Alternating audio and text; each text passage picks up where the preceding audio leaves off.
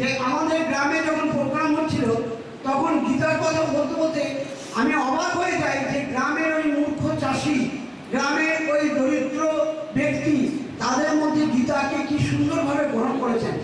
একজন বললেন যে গীতা ত্যাগের জিনিস, এবং কি ত্যাগ? তিনি বলেন কর্তৃত্ব ত্যাগ। আমি অবাক হয়ে গেলাম যে গোটা গীতা পড়ে যে জায়গাটাতে উনি এসেছেন কর্তৃত্ব ত্যাগ। কেউ বলেন যে আমি গীতাকে এমনি সাধারণ গ্রন্থ হিসেবে আলমারি থেকে, আমার ভাইয়ের বইয়ের আলমারি থেকে টেনে নিয়ে পড়তে গিয়ে আমি প্রথম যে চ্যাপ্টারটা পড়লাম সেখানেই পড়া বলে আমি মহাস্বার্থ লোক, স্বার্থবাড়ির ছেলে, আমি কৃষ্ণ নাম করে তাকে ঘৃণা করতাম। সে বললো যে এরকম গীতা পড়ে ওখানে আমি শুধু ওই একটা কথাই পড়লাম যে সর্বধর্ম পরিত্যাজ্য, এবং সেখানেই তার জ্ঞান খুলে গেল।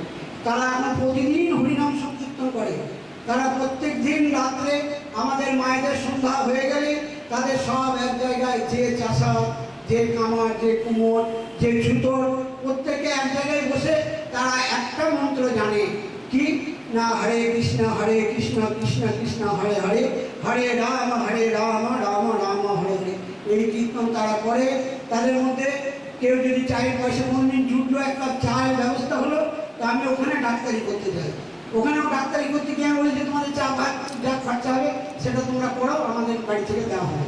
এরকমভাবে তাদেরকে নানানভাবে তারা এখনও সেই শুনতে দাঁড়িয়ে যাচ্ছে। শীত গ্রীষ্ম বর্ষা নেই, প্রত্যেক দিন হরে কৃষ্ণ নাম হচ্ছে, এবং প্রত্যেক দিন গীতার যে মহামন্ত্র সেখানে নাহং কর্তা হরি কর্তা, তার মানে আমি কর্তা নই, হরে কৃষ্ণই কর্তা, হরে কৃষ্ণ এই মন্ত্রে প্রতিষ্ঠিত হয়ে তারা গীতা যজ্ঞ করেছে। একসঙ্গে 18 দিন প্রত্যেক দিন একটা করে অধ্যায় পাঠ করে তারা গীতা যজ্ঞ করেছে। গত বছরে একটা কুণ্ড কেটে, আমি সেখানে প্রধান পুরোহিত ছিলাম, একটা কুণ্ড কেটে প্রত্যেকটি শ্লোক ধরে গীতা আহুতি দিয়ে তারা গীতা যজ্ঞ করেছে। সুতরাং সাংঘাতিক ব্যাপার। এবং এবারে যে গীতা যজ্ঞ হয়েছে সেখানে প্রায় 5000 লোক অন্নপ্রসাদ পেয়েছিলেন। তখন 18 দিন গীতা যজ্ঞ, 3 দিন হরিনাম সংকীর্তন এবং 2 দিন পালা কীর্তন।